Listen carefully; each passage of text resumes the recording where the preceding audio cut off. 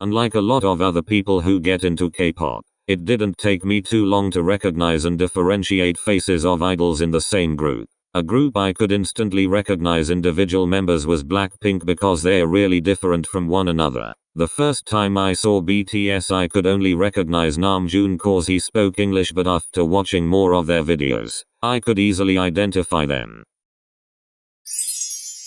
When I got into Red Velvet, Irene and Yeri were the same person to me. Like they're both so beautiful I didn't even know it was a 5-member group until I saw a performance and realized that there was an extra member. Is it just me or do they still look really similar?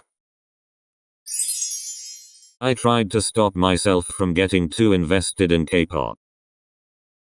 And now I have a K-pop YouTube channel, so guess how that turned out. Knowing that once you get into K-pop, you'll never get out. I swore that I wouldn't even listen to any K-pop song. Also, my first exposure to Korean culture was K-dramas and I was obsessed with them. If you want recommendations, check the description.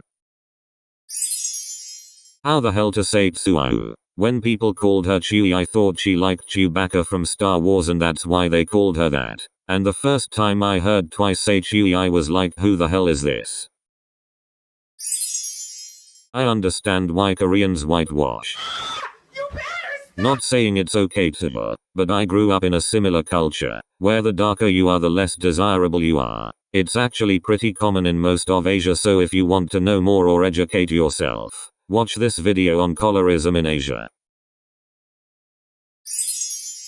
I've never streamed a song, even if it was by my faves. I don't really believe in the crazy importance stans give to streaming. I get that it helps their group get music show wins, and if they have tons of views it's basically just a flex. Streaming requires tons of time and patience, and I have neither of those. Also, I totally disagree about fans that don't stream being quote unquote fake fans, because most people just don't have that kind of time in their busy lives. The stans that do stream though, are super hardworking. I could never. This is so cringe, but when I first saw the name 2NE1 I was so confused. Like, why these random letters and numbers? I realized after a freaking month that their name stood for 2NE1. Like, I was genuinely such an idiot. Adding on to this point, why are most names of K-pop groups random letters and numbers? I get that newest is newest, but what the hell is IZone? IZone? IZ1? What is AB6X? AB6? Like 6 abs? And my most controversial confession is, here it comes! Oh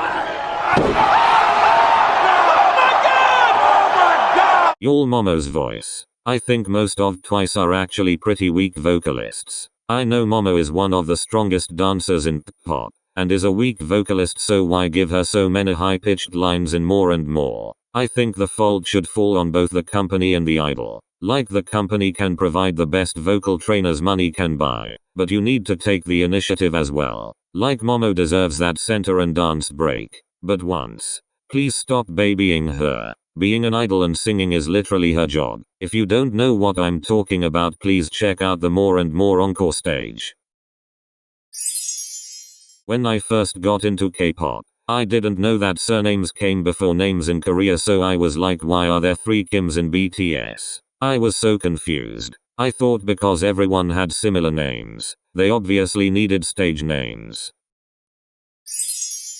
I love idols making their own YouTube channels. Like, yes, queens give us that free content. A lot of them are entertaining and actually show you that at the end of the day, idols are real people. Seeing idols having a normal day, without them being in a spotlight, really makes you see them differently. Go subscribe to Sawn and Solar.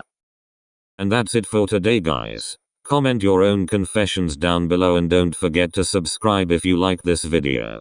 Thanks for watching and remember to stay mentally and physically healthy.